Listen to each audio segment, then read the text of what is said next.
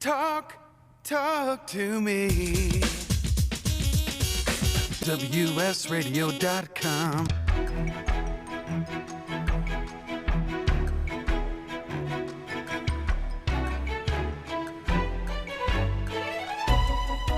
The San Diego Council on Literacy brings you Literacy for All with your host, Jose Cruz.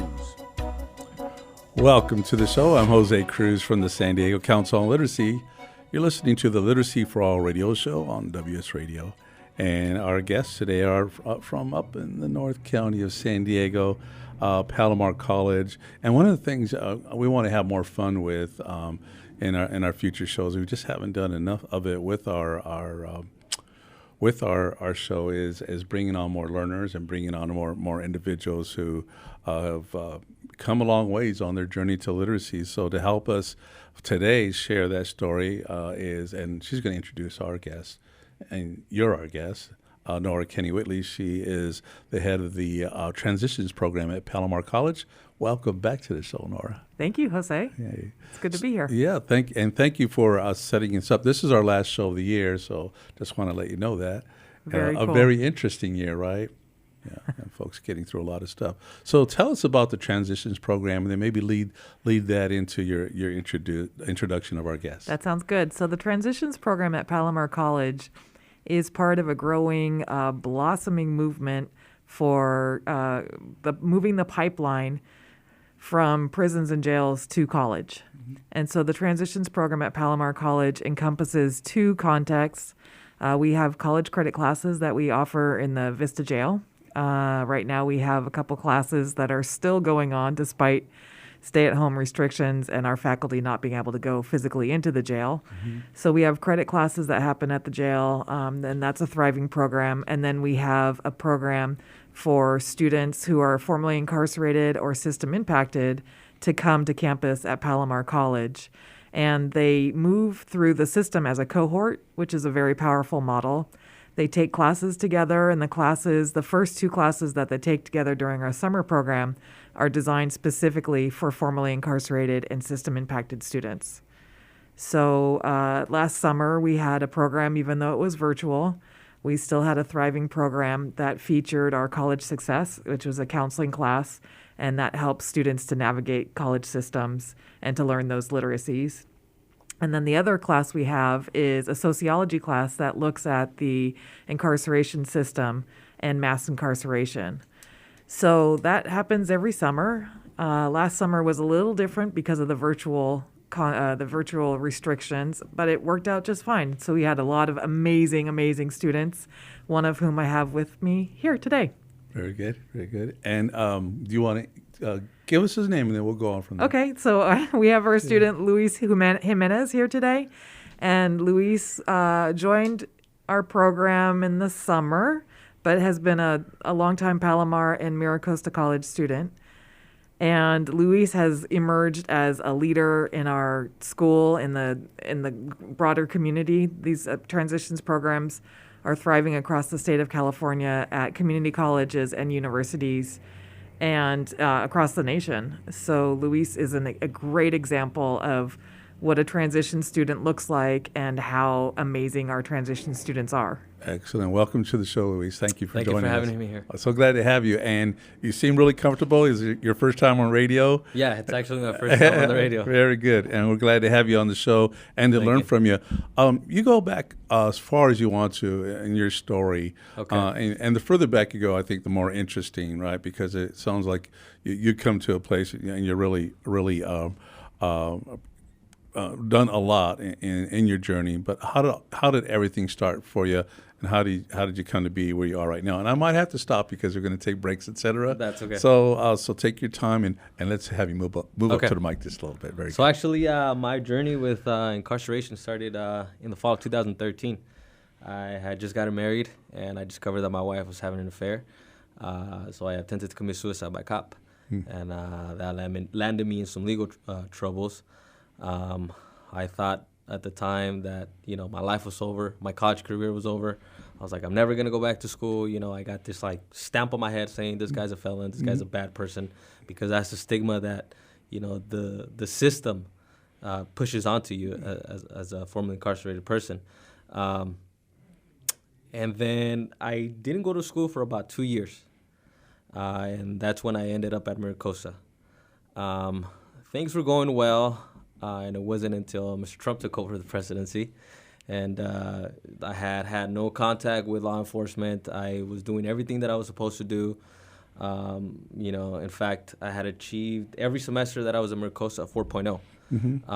And in the spring of 2016, it was a horrible semester because that's when immigration came out and got me. And my experience there, I can tell you that they stripped me from my human identity. What you see on TV, it happens. Like, they give you like the blanket that they give you. It's like some thin paper, Yeah. And I know the abuse doesn't happen in the hands of, you could say the federal government of ICE. It actually happens in the hands of immigration. And I say that because, when I got there, there was this guy, he was a older gentleman, right? And he wasn't feeling well. And at the time I had already learned not to ask these guys for anything because, they were just total a-holes. Not nice. Yeah. And so I went up to him and he was laying on his bed and I said, do you need any help? And he said, yeah, I'm not feeling good. The food that they're serving us here, it's not sitting me well.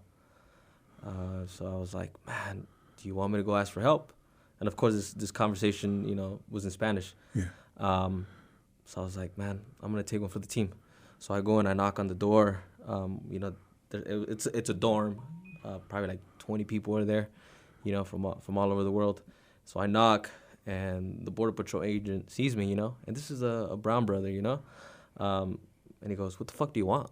And I said, man, look, listen, the old guy over there, like, he needs medical attention, can you help him? And he's like, fuck, can't you see I'm busy? So he slams the door, goes back in, sits down, he's looking at his phone. Yeah. And he's texting, that's how busy he was. About 5 minutes later, he comes out, and this agent could have easily been this guy's dad, So he calls him over, and, the man's trying to explain to him that, the food is not sitting him well, whatever. And I guess the whole family had, gotten taken into custody, right? And so the agent was like, well, you know what, since your daughter over there on the other side, she already told us like that, she was having, health issues. We called the paramedics. There was nothing wrong with her. So just how she acted like a fucking drama queen, I'm going to treat you like a fucking drama king. So if you die or something happens to you, we'll figure it out then. As of now, I got a lot of shit to do. And I'm just standing there, At that time, I had already had, some college experience. And I'm just sitting there like, is this really happening in the United States, So you never expected to have this experience in No. your life. So No, so you got right in the middle of what was happening. I think happening to a lot of people at that time. So you lived it. Yeah, definitely. And at the time I was taking a Spanish class, and rest in peace, my professor. He was a really good friend of mine. He said something like, you can communicate with signs, and you don't have to speak the language, and so that's exactly what happened there. I got to hear some of the most horrible and heartbreaking stories. People were literally coming to this country because in their homeland they were being persecuted or because of like political affiliations. They were being driven out of their country. So, it was really a horrible experience. And what's crazy is that, the federal government, they have this sheet, right? And I guess it's like a way to tell the public, hey, we're doing everything that we can to treat these people well, right? And I think that's just bogus because it's a way to just fill out the form. Sure. There was only like 5 showers there, okay?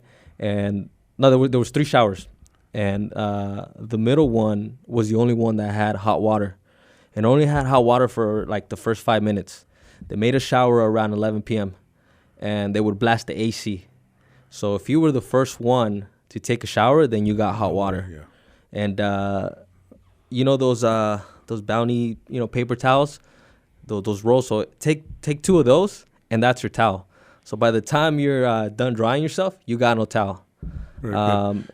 Luis, I'm gonna have you even go back ahead of that. I want to kind of find out your history in the North County, first language, etc. Okay. And even they've talked to us even before you were married. How you did in school and such, and so people have a better sense of even having come from that experience. What was happening before that. And then, again, where you are today. Okay. And telling this story is one of the things I think it's essential that people understand. And we saw a bit of it on TV, right? Really bad things were happening. Yeah. But that here we have you. So I didn't expect this story. And it's important that it's told, because otherwise people have the wrong idea that everything's okay, and that, and there's some people who are troublemakers, and that's why they get treated the way that they do. But you saw for what it was. So yeah, I mean, for anybody that's listening, the question that I would ask, I mean, even if you are a troublemaker, do you not have the right to have some toothpaste? Absolutely. Because for a week I didn't brush my teeth. Yeah. So we're going to come back to you, Luis. Okay. You're listening to the Literacy for All radio show. I'm Jose Cruz from the San Diego Council on Literacy. We're going to come back with Luis and Nora. This is WS Radio, the worldwide leader in Internet talk.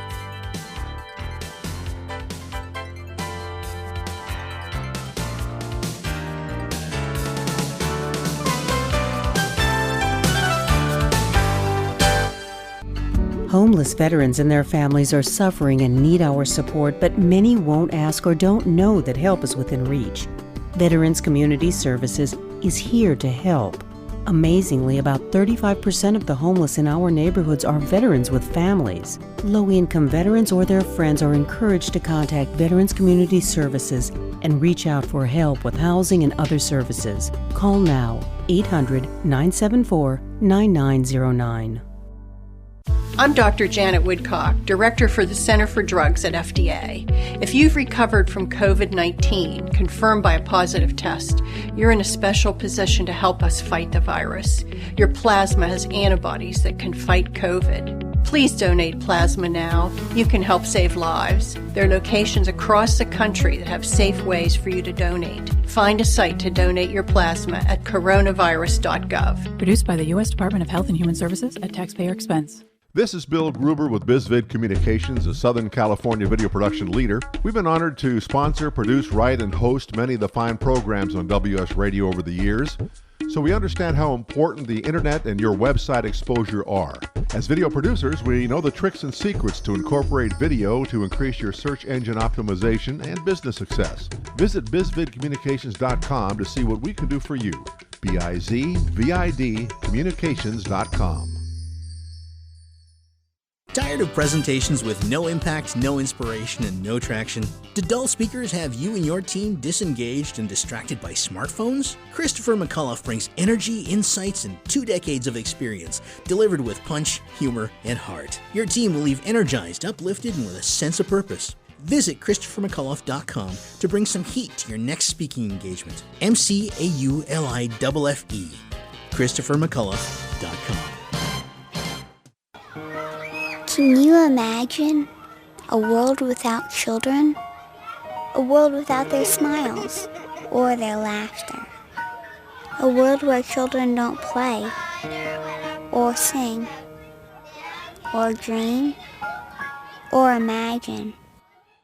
At St. Jude Children's Research Hospital, we can't imagine a world without children. That's why we're working every day to find cures for diseases that strike down children everywhere. Diseases like cancer, pediatric AIDS, and sickle cell.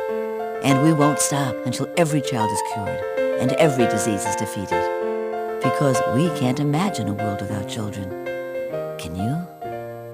Finding cures, saving children. St. Jude Children's Research Hospital. To learn how you can help, log on to our website, stjude.org. Talk to me. WSRadio.com.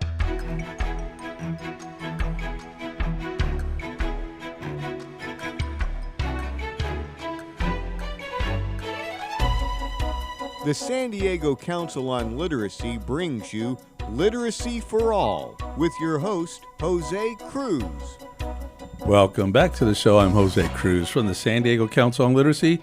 You're listening to the Literacy for All radio show on WS Radio. We're talking to Luis Jimenez and also Nora Kenney-Whitley, and they're both from the Palomar College Transitions Program, and Nora works in that program.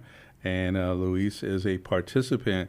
We've been listening to your story, Luis, just about what took place in 2016 and having to deal with some of the abuse, immigration abuse and such, and some of the things that we saw on TV, and kind of some of us have heard some of these stories before, right? And we believe them. But I think the more that a person like you shares these stories, it's really helpful. Tell us just maybe your history in the U.S., maybe when you made it up to the North County, native to Mexico. Yeah. Okay, and came here in what year? Yeah, I came here in 2000. I was about 10 years old. I didn't come by choice. Mm-hmm. My mother forced me to come over here. The first couple of months were great, but things took a quick turn for the worst. Mm-hmm. My mom lived with somebody at the time, with my stepfather. Mm-hmm. He was an alcoholic. And he used meth, so there was a lot of abuse in the home. Mm-hmm. Sometimes, like around 11, when I turned 11, like sometimes I would wake up, with the knife on my neck. Like I was just playing. Like he would beat my mom. Like he, would try to pull out her teeth. So I saw a lot of violence. Mm-hmm. And that Mm-hmm. Took me to the streets. And it you know what? A lot of people are gonna say, well, it kind of solidifies what Trump says. But today I tell my story because, I have a choice. I can either be at peace with myself and at war with the world, or at war with myself mm-hmm. and at peace with the world. Mm-hmm. And as a person of color, and having gone through this immigration experience, I run the risk of getting some backslash because of saying this, from the federal government. Mm-hmm. But I think it's important to tell my story because there's a lot of people out there that just they think that we have a good system when in fact we don't. I didn't really care about school, Mm-hmm. I was always afraid of math, and math. If I could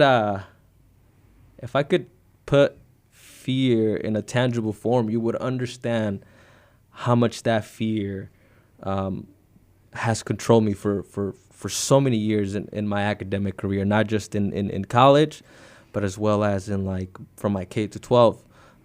So when I was in Mexico, I lived with my godmother mm-hmm. from the time I was 6 to the time I was 7 years old, and my traumatic experience with mathematics began at the age of 6. Mm-hmm. And so, they would scare me. They would put me in a room, scare me until I would pee myself, unfortunately. And because you're struggling with math, you didn't understand it? No, they were just as a form of punishment. In general. So, in general. So, but whenever we would do homework, if I didn't get, the answer right, or if I didn't understand it immediately, my godmother would grab a high pressure hose, and I still remember the color of it. It had red and blue threads on it. She would just slam mm-hmm. that thing on my back. So that's where the trauma began, and I remember sitting in class just not understanding what I was feeling, but I was afraid, and I was anxious every time I saw numbers. And so when you say in class in Mexico? In Mexico, yeah. And how about in class after you were 10, 11 years old in the U.S.? Oh, it carried on. Mhm. So in the 7th grade, I was just sitting there. I'm like, man, we're going to talk about division. We're going to talk about multiplication. I didn't know how to divide. I didn't know how to subtract. And that carried on all the way through high school. Mhm. And I couldn't graduate high school because I couldn't pass the high school exit exam. Mhm.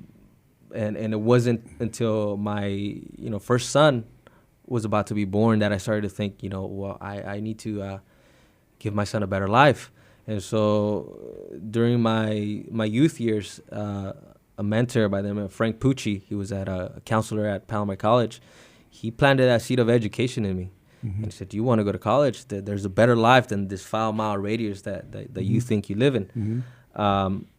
So I decided to go back to the continuation school that I was going to, JCCS.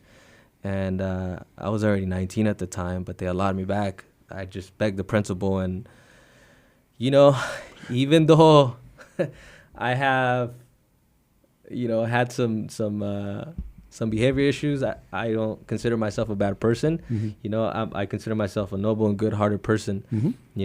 And I think that was what changed the mind of the principal at the school and said, yeah, come on. Yeah, and I'm listening to you, Luis, and I'm not hearing you say, I was in gangs, I used to get in trouble, I used to beat up, hurt people, steal from people, do drugs, and you're not blaming anyone, and that's noble. It sounds like you kept yourself. You were true to yourself. You know what? I did, unfortunately, not unfortunately, I think fortunately, because it has created who I am today. Mhm. So there was a lot of,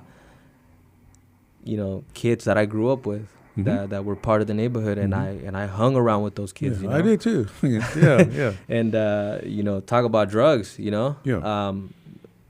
They're a way to numb the pain. And so like all of these things that I went through in my life as a youth and until now, it's like, for example, you go and you buy a computer, right? But let's say you've never touched the computer. How is it that you're able to, maneuver this device if you don't know how it works? Mhm. That's how my emotions were. I knew they were there, but my whole life I was told, don't get mad or don't get sad or things like that. So Mhm. whenever I was feeling a certain type of way, and today, now that I have those tools to navigate through these treacherous emotional waters, I'm like, okay, well, I'm just feeling sad, Mhm. But before, the intensity of the feelings, because of all the trauma that I had endured as a child, Mhm. I didn't know how to deal with it, Yeah. So learning is hard under those conditions, and it seems like you've gone past that. And not only that, you didn't give up. You had where did that come from? That you had a plan for yourself.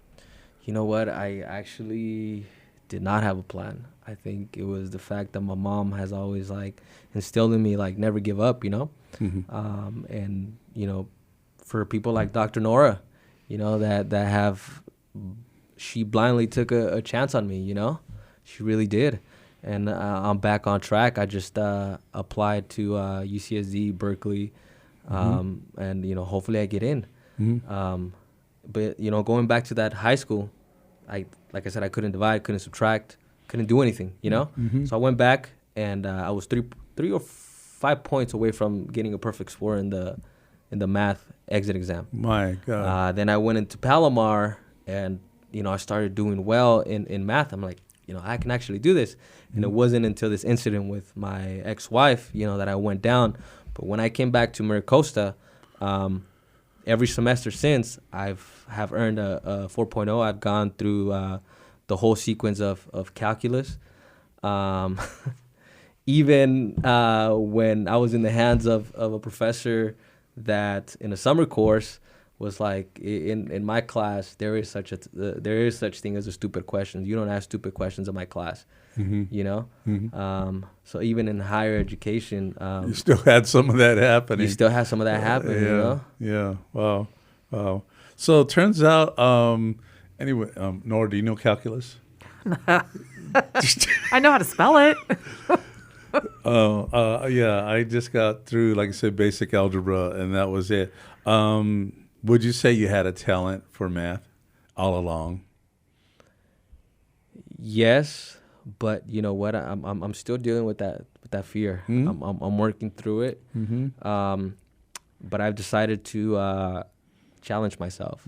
And so I've declared my major as sociology, and I would like to pursue a minor in mathematics. And I think it's a way for me to heal not only that, but, you know, looking around, you know, the time that I've been at the community college, there's very few students of color in STEM-related classes, you know, and unfortunately a lot of professors, they cannot relate to their stories or have never lived their lived, you know, experiences.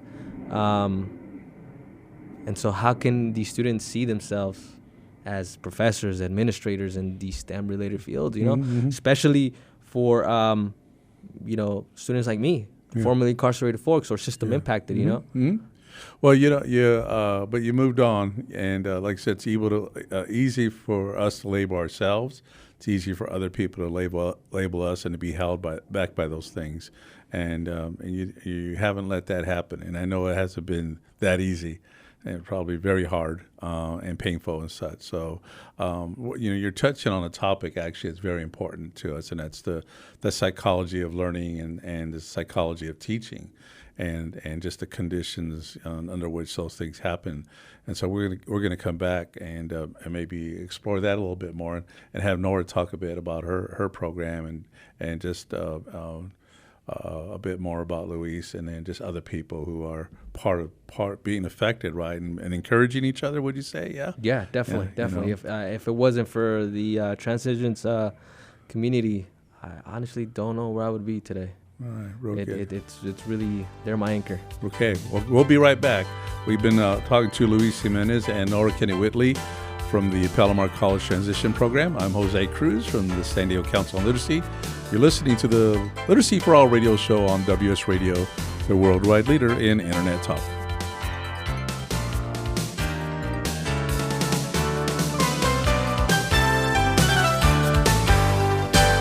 Does your business do a lot of shipping and wish you could get more for less? Stamps.com is the solution. It's the ideal way to automate and simplify your e-commerce shipping needs. Easily import all your venues like eBay, Amazon, and others.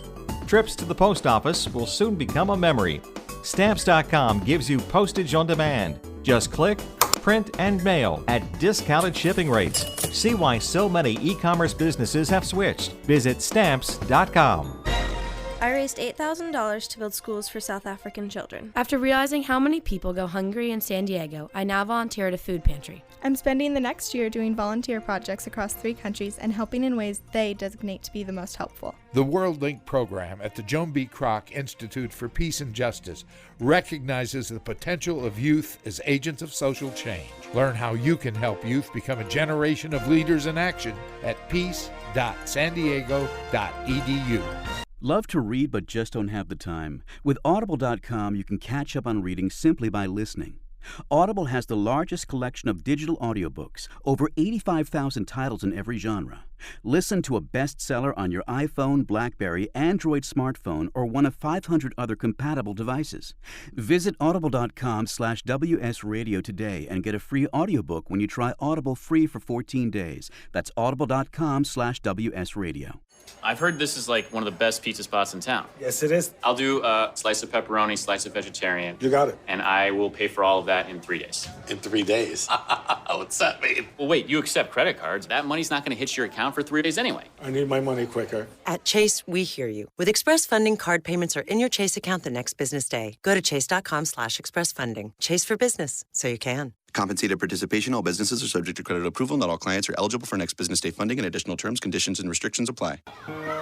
Can you imagine a world without children? A world without their smiles or their laughter?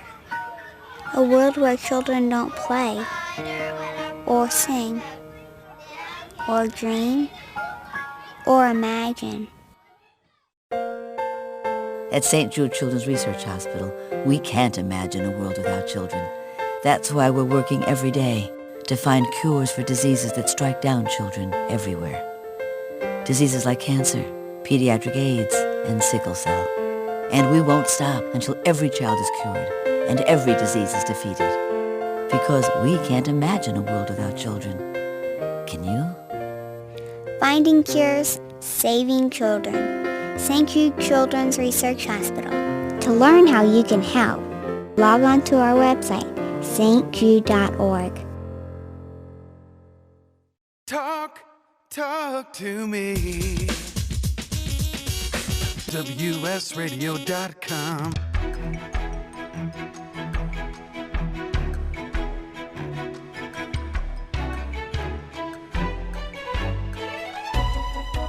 The San Diego Council on Literacy brings you Literacy for All with your host, Jose Cruz. Welcome back to the show. I'm Jose Cruz from the San Diego Council on Literacy. You're listening to the Literacy for All radio show, and we're on WS Radio. We've been talking to Luis Jimenez and Nora Kenney-Whitley, and Nora runs the Transitions Program at Palomar College. We want to talk about that program, Nora, but I want to tell you, I mean, Luis has got like, 5-hour show here. Right. We can just start all the way, just going all the way to, we could talk about the U.S. justice system and immigration and even marital status and, relationships and all that. But you have a story. And godly, I hope you get to tell it, write it, share it more. But Nora, you've been running this program about a year now, and I know you have experience with other incarcerated populations. And by the way, Luis, I have to say this: there are a lot of good people who are incarcerated, and then there are a lot of people that you hear that were incarcerated. And it's like you didn't belong in there, and that's the sense I get from you. You didn't belong in there. And so I'm just so glad for the Transitions Program. And Nora, and you can take it from there, just the people that you get to hear from and their story. Well, the thing that's so amazing about the Transitions Program is every student has a story like Luis's. These students, before working for Palomar College, I actually taught directly in the Vista Jail, and I taught adult education. So I worked with probably 300 students in that time. And I would say that maybe of those 300 students, there were 5 that I wouldn't, if I had been allowed to, that I wouldn't say, come on over for a barbecue at my house. Mm-hmm. This is, like walking in on day one, I was like, what's this going to be like? Mm-hmm. And I was constantly amazed at how intelligent and resourceful and respectful and motivated these students were. Mm-hmm. And one of the things that's really interesting to me is when we take away the components of basic needs. For example, I had a student in the jail who was taking my classes in adult education. He was also taking Palomar College classes, and he was thriving. His college classes, he was getting straight A's. And then he was released from jail and went back to his old life. Right. And he was really doing his best to raise his family and to make ends meet and to pay the bills. But the struggles with addiction and drug use that had really been knocked down a little bit in jail, but not completely conquered, I think really impacted him. And so he came to the Transitions Program, but he did not do well academically. And I think it was because in jail, it's a horrible traumatic experience. And every day I was with my students in their trauma. Mm-hmm. And then, but he was able to focus and didn't have to worry about his basic needs. And then when he got out, he was having to worry about those basic needs. Oh. And for me, it speaks to why the Transitions Program is powerful, because we help with those wraparound services. So Luis, we talk about through the community, we get education, we get support for each other. We have a network, a very powerful network where it's like, do you need a job? Let's see who's hiring. You having trouble in your classes. So I'll tell the story of Luis and another transition student named Santos. And the two of them are leaders in this community, and they rely on each other. So Santos isn't so great with technology, but Luis is amazing. And then Santos is a bit older and has done counseling and dealt with been a counselor. Mm-hmm. And so they reach out to each other and reciprocate, with Santos offering his guidance as someone who's a bit more experienced and has a psychology background, and Luis helps him with things like technology, because mm-hmm. he did a lot of time and was released right when technology was how everyone was communicating. Mm-hmm. So it's the power of that community and that cohort model. And I really am just the facilitator. Ideally, what I'm doing is I'm bringing people into the community and then letting them connect with each other. And that's the way it's really worked. But as far as like these notions of all these people who are locked up, and I worked mostly with men, being these bad people, like I said, there were less than 10 people that I would not feel 100% comfortable having as a guest in my home. So I really feel like, unfortunately, literacy and just the public schools being so strapped for resources, when you're a teacher and you have 30 students, there's no way you can give the student the kind of attention that they really need to thrive. And those are the students like Luis who, if a really attentive teacher knew of Luis's math trauma, they would have worked with him. Yeah. And they would have discovered his brilliance in math. It's obvious. He's acing calculus 3, So that would have been discovered much sooner. Right. But like Luis said, I really admire his stance on, this is what made me where I am today. So instead of struggling with the things he has, he sees it as making himself, into this whole person that he is. And can I just throw out there that Luis is 28 years old? Like, I was doing the math, yeah. At that age, with all my privilege, at that age, I was just a total disaster. Yeah. You know? What I love about all of this, one of the things at least, is that there's that support, but there's also the people. Well, at one time, Luis was the new guy, right? And now there are new people coming in behind him. Have you had the opportunity to be a mentor, Luis, for other people? You know what? I always I put my life on the line, and I think I'll always will, because it's easy to judge, but I think it's not until you have somebody in your family that struggles with addiction or that runs into a problem with the legal system that you truly understand what a fucked up system it is, and I think the education system is broken. Instead of like teaching us how to look at numbers and read and all that, I think emotions are really important, and that's why a lot of these guys are on the streets and in jail. So going back to your question, I try to do a lot of I try to reach out to a lot of people that are still on the streets, Yeah. And so I personally don't have a degree. I have a 2-year degree, but I don't have a bachelor's, so I don't have power in society, But I'll grab people's business card and be like, hey, do you want to go to school? Like, here, there's more out there than the 5 mile radius that you think you live in. So I'm just how that mentor of mine planted that seed of education. It may take some time to flourish, but I think the power of that seed at some point in their lives, it's gonna take off. There you go. Woo. I had a number of questions, and I was like, right now I don't have one. And I think what I was going to say was related to STEM, and having this conversation with people in our network who are like, we're looking for these high school students and Latinos and people coming into the field. We need scientists and technicians and engineers and mathematicians, and it's like, man, you're starting way too late. And we're squandering all these opportunities to nurture and invest in people like Luis, who I would say probably had this talent in him all along. And how many people are we losing? And percentage-wise, right, Nora? I mean, what would you say? I have no idea on the percentage, but you're reminding me of some of the other things with Palomar Transitions Program is that we have faculty who are allies to our students. For example, Dr. Susan Miller, who's a sociologist, she's teaching a class next semester on statistics and sociological research methods, social science research methods. And Luis is going to take that class with Santos, and whoever else is going to take it as a cohort. And Dr. Miller is an ally, and she's going to make sure that the students are armed so that when they go to these top 4-year universities like UCSD or UC Berkeley or wherever Luis ends up, they're going to have that foundation that is really going to serve them well when they're going to the next level, getting their bachelor's and probably their professional and graduate degrees. So it's really about finding your allies and finding your people. Right.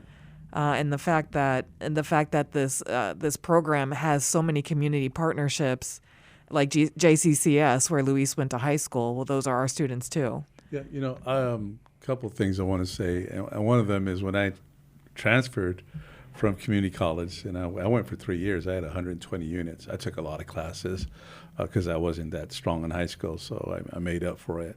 I had to drop out of one class because I was failing at it, statistics. But that wasn't what I was going to say, so I want to come back to that. What I wanted to say is I transferred to USC. I never thought I'd go to a private university ever, or there would be money for it. But they built in, there were 2 floors in a dorm. They were called the Latino floors. And they built those there for us because they knew going into that setting, we needed a support system. It was really smart, and this was way back in 1977. It's needed because you're going to a place where you don't maybe haven't had anyone in your family. You go to college, you could tell you about these things, the cultures that you're dealing with, and it is cultures, or the university culture. But I'm hoping that you're going to get into one of these schools, and two, hopefully, and like for example, like UCSD, they're barely starting their chapter over there. Mm-hmm. But obviously, you run into a lot of roadblocks, and they may, like UCSD or UCLA. No, I think UCLA has one, but like those UCs or Cal States that don't have those programs, they might say, well, you got all these programs. Why don't you go to those programs? They can also provide you support. Yes, but it's like, let's say you go to. I'm going to cut you off right now because we're going to go into break. But pick up that thought because it is part of the transition. It's another transition, right? Mm-hmm. Anyway, we're talking to Luis Jimenez, and then Nora Kenney-Whitley from Palomar College Transitions Program. I'm Jose Cruz. This is the Literacy for All radio show on WS Radio, the worldwide leader in Internet talk.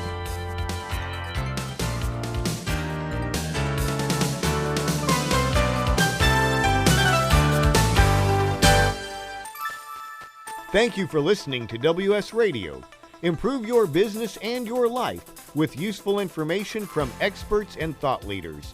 WS Radio is radio with ROI. The Centers for Disease Control and Prevention is working to help keep you and your community safe from the threat of novel or new coronavirus. Take the following everyday steps to help avoid the spread of all respiratory viruses. Wash your hands often with soap and water for at least 20 seconds. Cover your cough or sneeze with a tissue. Throw the tissue away and then wash your hands. Avoid touching your eyes, nose, and mouth. Clean and disinfect frequently touched objects or surfaces, such as remote controls and doorknobs. Avoid close contact with people who are sick. And stay home if you are sick. Call your healthcare provider if you develop fever, cough, or difficulty breathing. For more tips, visit cdc.gov. Can you imagine a world without children? A world where children don't play, or dream, or imagine? At St. Jude Children's Research Hospital, we're working every day to find cures for diseases that strike down children, because we can't imagine a world without children. Can you? Finding cures, saving children. St. Jude Children's Research Hospital. To learn how you can help, log on to our website, stjude.org. Homeless veterans and their families are suffering and need our support, but many won't ask or don't know that help is within reach. Veterans Community Services is here to help. Amazingly, about 35% of the homeless in our neighborhoods are veterans with families. Low-income veterans or their friends are encouraged to contact Veterans Community Services and reach out for help with housing and other services. Call now, 800-974-9909. Do you want to be a professional coach? Are you in business trying to make a real difference with people you manage or work with? Have you started a coaching practice that isn't quite getting off the ground? Get the skills you need to be a successful coach today with the Coaches Training Program from Accomplishment Coaching. The Coaches Training Program will show you how to help others focus and be more fulfilled. Whether you want to improve your company's bottom line or create a thriving coaching practice, Accomplishment coaching can give you the distinctions and practices you need to coach others effectively today. Accomplishment Coaching has spent 6 years developing a cutting-edge coaches training program that will have you ready to coach people professionally in just 12 months, and you don't have to take time off work to do it. To find out more about the coaches training program, just call 1-888-548-6813. That's 1-888-548-6813. Talk to me. WSRadio.com.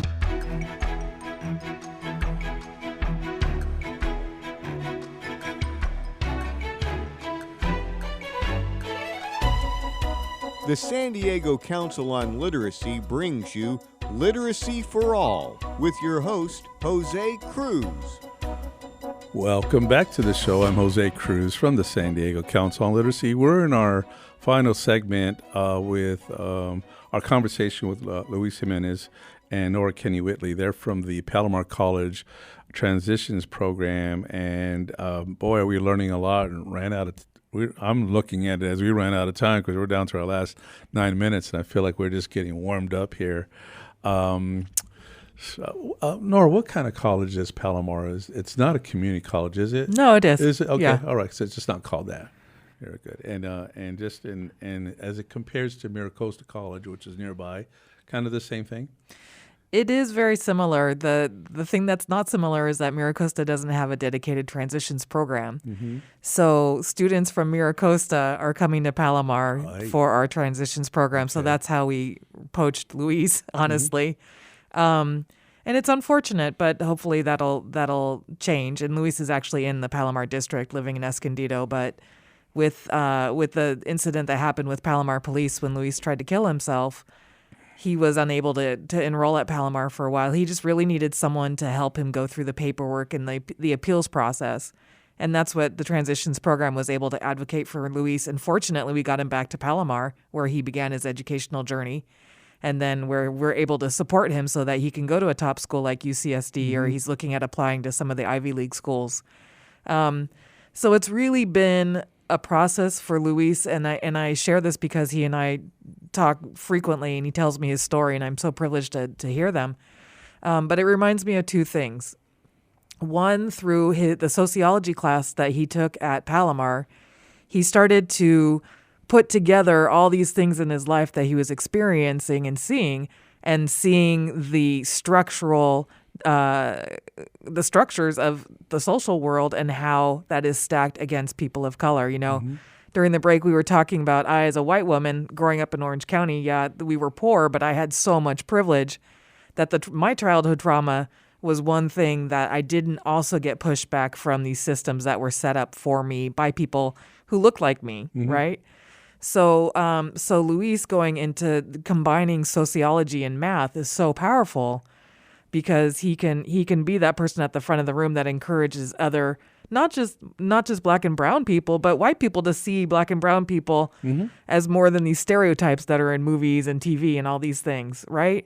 So the one thing I want to recommend for my white brethren and sisters is you have friends of color in your life, listen to their stories and believe them, please.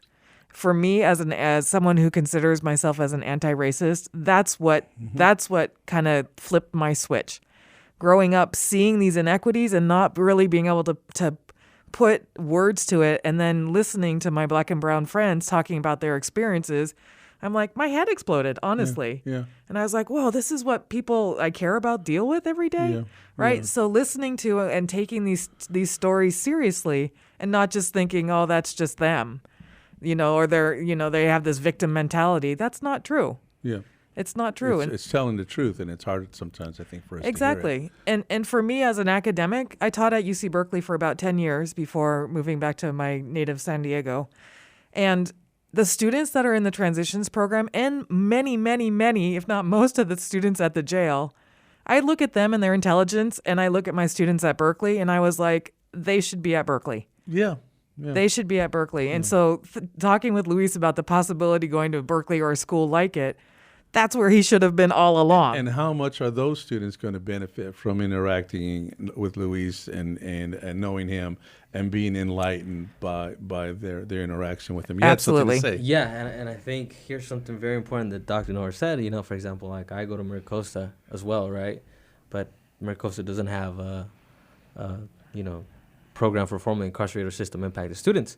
So here we go again, highlighting that are these systems designed to make people like me, people of color, fail? And I think they are, because look, I was driven out of MiraCosta because of that lack of, that program not being there. Now, I thankfully landed in the Transitions Program, but what about other folks that were at MiraCosta that did not have the proper people to go to be like, hey, there's a program. What if those people ran back to the streets, or and I think I'd like to take this opportunity to like call out on all the UCs and all the Cal States to really think about, having these programs, because for example, like let's say you and I go to a party, right? And there's like 1,000 people. I only know you, but then, I feel uncomfortable around all these people. I'm like, are they going to judge me? Let's go, And so the argument from the UCs and the Cal States and even the community college may be, well, there's all these programs. Yeah, but, I've gone to like Mecha, Echalestema, MiraCosta, and it's like nobody can relate to my experiences, or whenever I was facing like some type of struggle, they're like, we don't know what to tell you, bro. Yeah. And that just drove me out. Fortunately, there are allies at MiraCosta, including Dr. Tao Ha, who's the one who introduced us. So there are people watching out for formerly incarcerated and system-impacted students. So that's been fortunate. Yeah. So let me ask a question, a little bit off, but not so much. And I have fun doing this, and I don't talk about it that much. My name's Jose Cruz. All right, you hear that? You don't see me, and I'm light-skinned Latino, but my name is Jose Cruz, and now you're meeting me, and then you're going, okay, he's not what I thought he was going to look like. Okay, I'm an English major. All right, your English is better than mine. Okay, etc. Right? It's a good long list. Tell us a story where you surprised people. Oh, and immigration. Okay. I would guess so, right? You're the spokesperson. So there, no. So there was an agent, right? And she was asking me a question, and I answered in English. She looks at me from head to toe. I was like, "Oh, you speak English? Yeah. You're very articulate." Like, yeah. Like, yeah, hello, yeah, right? Yeah, I speak English, of course. Yeah. And there's some fun. There's some. He's been here since he's 10 years old. Of course he speaks English. And I've had people ask me if I spoke English before I got to open my mouth. And it's like, geez, yeah, I'm an English major. I got a bachelor's in English. The man who's the San Diego Council on Literacy my CEO. Favorite author, yes, my favorite author is Charles Dickens, some English guy. Right, and that's what I want to say, Luis. We have to have you back, but what I want to say to you is I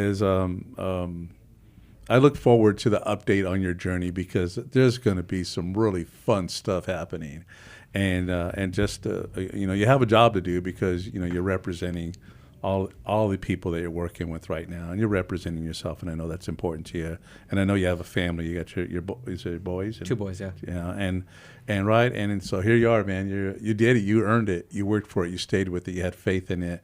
You built from an unsteady place, and here you are today. I got a couple of minutes just to give to you. Not even that long. All right, 40 seconds. What do you want to say?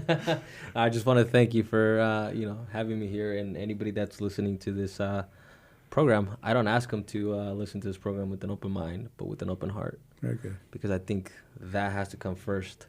Because the mind, like, it can trick us, That's right. But that's right. The heart, I think that's stronger than the mind. And unfortunately, that's something that today we have lost in our society. Mm-hmm. The love for people. Do you keep a journal? Sometimes. All right. Yeah, you're like me. Nora, last words? Well, I think I just want to echo what Luis is saying, and please, again, listen to your friends, listen to stories you see on the internet, believe them. It's someone's reality. Do what you can to stand up for people when you see it happening. Yeah. Yeah, the whole thing. Now I have my phone with me, and we all do. And golly, before we all carried cameras, I hate to say it, nobody believed what you see now on TV, what you see posted on Facebook. There's another world out there, and people are having to fend for themselves in it. We're going to hear back from you again, Luis. Thank you for joining us. Thank you. Thank you, Nora. You've been listening to folks from the Palomar College Transition Program, and you've been listening to the Literacy for All radio show on WS Radio, the worldwide leader in Internet talk.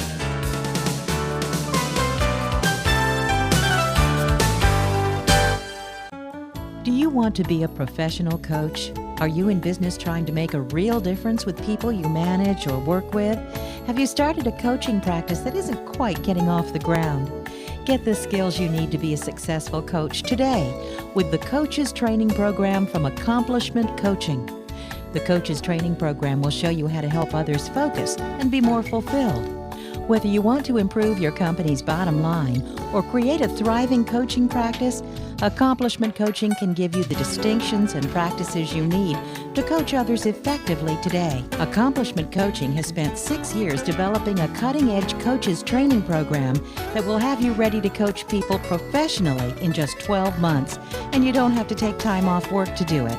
To find out more about the Coaches Training Program, just call 1-888-548-6813.